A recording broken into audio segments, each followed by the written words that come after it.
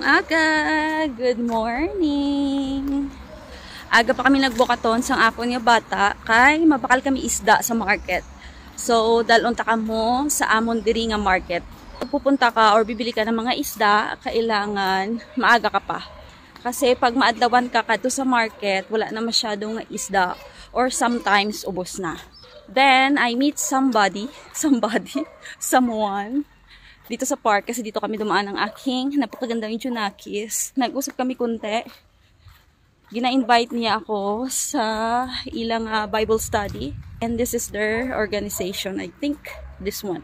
Madami-dami na rin yung tao na nag-walkathon. Some of the store is closed pa talaga kasi yung open dito sa amin mga 8:30 to 9. Yan. Start na open.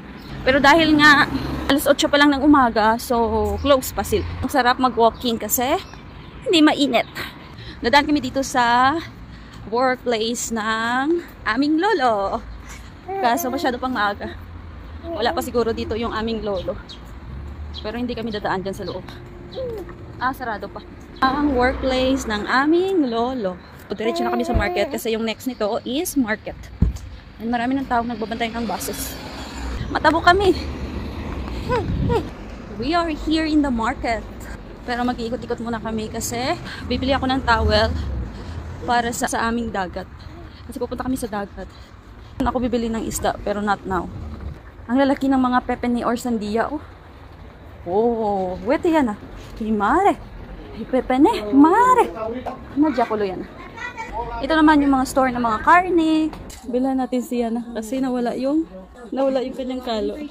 Hey, Yana. So ito, bibili namin. Nawala yung kanyang kalo. Hintayin nga natin yung nagbibenta. Kasi nagbabayad pa siya. Doon na. Abem na proso la playa? Dam? Onde? Uiteja. Okay. Okay. No, alta? Alta, păi vrei? Colorat?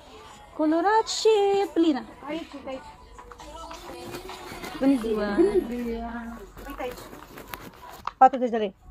40. Da, aia 15. 15. Asta coton. Da, știi. Care vrei?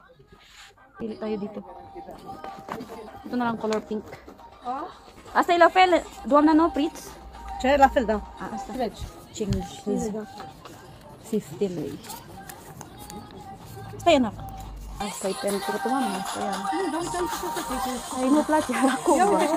Mulțumim, doamna. Asta e bine, doamna? Ok. Mulțumim. Merge. Eh, gata. Nakabili na kami ng aming towel. So, direct kami maagi sa may kalagitnaan ng market. Baka kadago sa ilaw ng sandiya. Mura lang bumili dito sa may market. Ang problema is, mabigat na yung anak ko. Pag bumili ako dito, hindi ko kaya. Didiretso na kami sa may isdaan. Kaya ang budget namon, pang isda na lang. Dito tayo bibili. Yan na bes, ari peste. Nandito na kami sa may harapan ng isdaan. Ayan, papasok na kami. So, pipili kami ng aming bibilihin ng mga isda. Yan, ano? Ito bes. Yan, ang lalaki ng isda. Ito paborito ng aming tatay. Tapos meron din sila dito. Mas mura pala itong paborito ng aming tatay. Karas yung tawag dito. Asad mo na? 2 kilogram. 2 kilogram. Da. 12. Ang sumi. Yata na. Nagyakas sa mami. Bili na kami ng isda. And 2 kilo siya. Mura lang yung isda dito. Ito yung birit. Saan ba na mamaya? Ilang tao na yung nakumuno sa akin ng anak. Uuwi na kami kasi medyo mabigat yung isda. Gusto ko pa sanang bumili ng another isda kaso mabigat na siya. Hindi kami dito ng tinapay. Meron pa yata akong pera. Doon na asta. Una. Papushika mo yan sa pumate. No, anak. No. Okay, got that.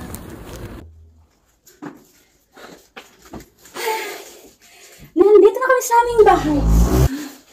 Sigahan tayong suga. Binahingal ang mami.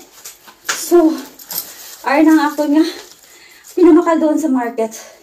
Si Inday, napiyong-piyungan na siya sa tagalakat kami. So, hanggang diri na lang ang aming for this video. Kaya ginahingal na ang mami. Arrivederci. Say na. Goodbye. See you sa next video ng aking mami. Para. Ipa.